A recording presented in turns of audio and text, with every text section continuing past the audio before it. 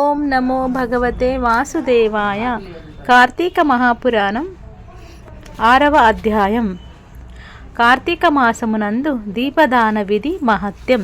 ఓ రాజశ్రేష్ఠుడా, ఏ మానవుడు కార్తీక మాసం నెల రోజులు పరమేశ్వరుని శ్రీ మహావిష్ణువును పంచామృత స్నానం చేయించి కస్తూరి కలిపిన మంచి గంధపు నీటితో భక్తిగా పూజించినచో అట్టివానికి అశ్వమేధ యాగం చేసినంత పుణ్యం దక్కును. అటులనే ఏ మానవుడు కార్తీక మాసమంతయు దేవాలయమునందు దీపారాధన చేయునో వారికి కైవల్యం ప్రాప్తించును.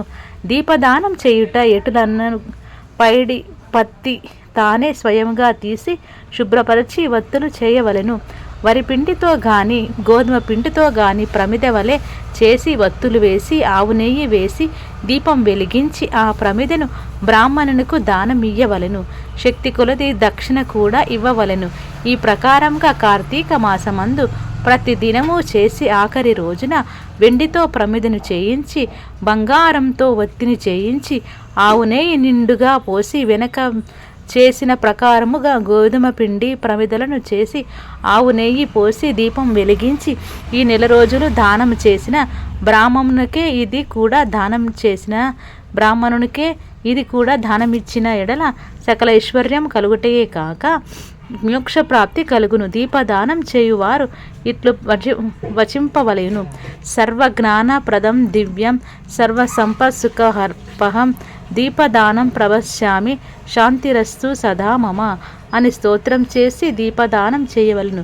దీని అర్థమేమనగా అన్ని విధముల జ్ఞానం కలగజేయునదియు సకల సంపదలను నిచ్చినదియును అయిన ఈ దీపదానం చేయుచున్నాను, నాకు శాంతి కలుగుగాక అని అర్థం. ఈ విధంగా దీపదానం చేసిన తర్వాత బ్రాహ్మణ సమారాధన చేయవలను. శక్తి లేని ఎడల 10 మంది బ్రాహ్మణులకైనను భోజనమిడి దక్షిణ తాంబూలమును ఇయ్యవలను.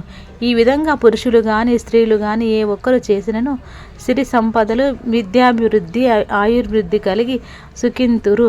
దీనిని గురించి ఒక ఇతిహాసం కలదు, దాన్ని వివరించెదా నాలకింపుమని వశిష్ఠుడు జనకునితో ఇట్లు చెప్పసాగిను.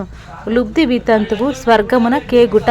పూర్వకాలమున ద్రవిడ దేశమునందొక గ్రామమున ఒక స్త్రీ కలదు. ఆమెకి పెండ్లి అయిన కొలది కాలమునకే భర్త చనిపోయెను. సంతానం గాని ఆఖరికి బంధువులు గాని లేరు.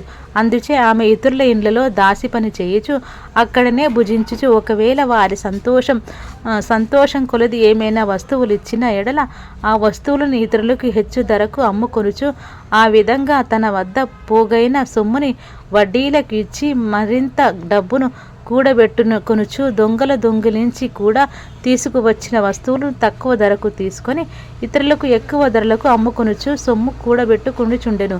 ఈ విధంగా కూడబెట్టిన ధనమును వడ్డీలకిస్తూ శ్రీమంతుల ఇండ్లలో దాసీ పనులు చేస్తూ తన మాటలతో వారిని మంచి చేసుకుని జీవించుచుండెను. ఎంత సంపాదించిననైనను ఆమె ఒక్క దినము కూడా ఉపవాసం గాని దేవుని మనసారా ధ్యానించుట గాని చేసి ఎరుగదు. పైగా వ్రతములు చేసేవారిని తీర్థయాత్రలకు వెళ్ళే వారిని చూసి అవహేళన చేసి ఏ ఒక్క భిక్షగానికైనను పిడికెడు బియ్యము పెట్టక తాను తినక ధనమును కూడబెట్టుచుండెడిది. అటల కొంతకాలము జరిగెను. ఒక రోజున ఒక బ్రాహ్మణుడు శ్రీరంగంలోని శ్రీరంగ నాయకులను సేవించుటకు బయలుదేరి మార్గమధ్యమున ఈ స్త్రీయున్న గ్రామమునకు వచ్చి ఆ దినమున అక్కడొక సత్రములో మజిలీ చేసెను. అతడా గ్రామములోని మంచి చెడ్డలను తెలుసుకొని ఆ పిసినారి స్త్రీ సంగతి కూడా తెలుసుకొని ఆమె కడకు వెళ్ళి, అమ్మా, నా హితవచనం ఆలకింపుము. నీకు కోపం వచ్చినా సరే నేను చెప్పుచున్న మాటలను ఆలకింపుము. మన శరీరములు శాశ్వతములు కావు, నీటి బుడగల వంటివి.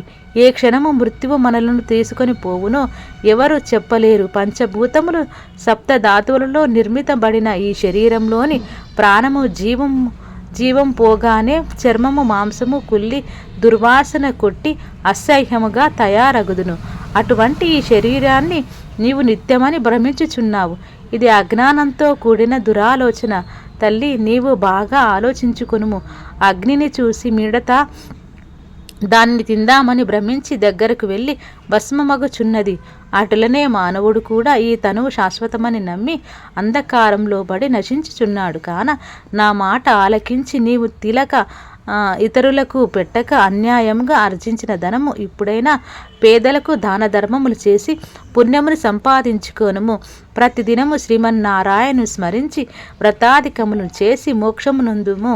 నీ పాప పరిహారార్థముగా వచ్చే కార్తీక మాసమంతయు ప్రాతకాలమున నదీ స్నానమాచరించి దాన ధర్మములు చేసి బ్రాహ్మణులకు భోజనం పెట్టినచో వచ్చే జన్మలో నీవు పుణ్యవతివై సకల సౌభాగ్యములు పొందగలవని ఉపదేశించెను. ఆ వితంతువు బ్రాహ్మణుడు చెప్పిన మాటలకు తన్మయురాలై మనస్సు మార్చుకొని నాటి నుండి దాన ధర్మములు చేయుచు కార్తీక మాస వ్రతమాచరించెను.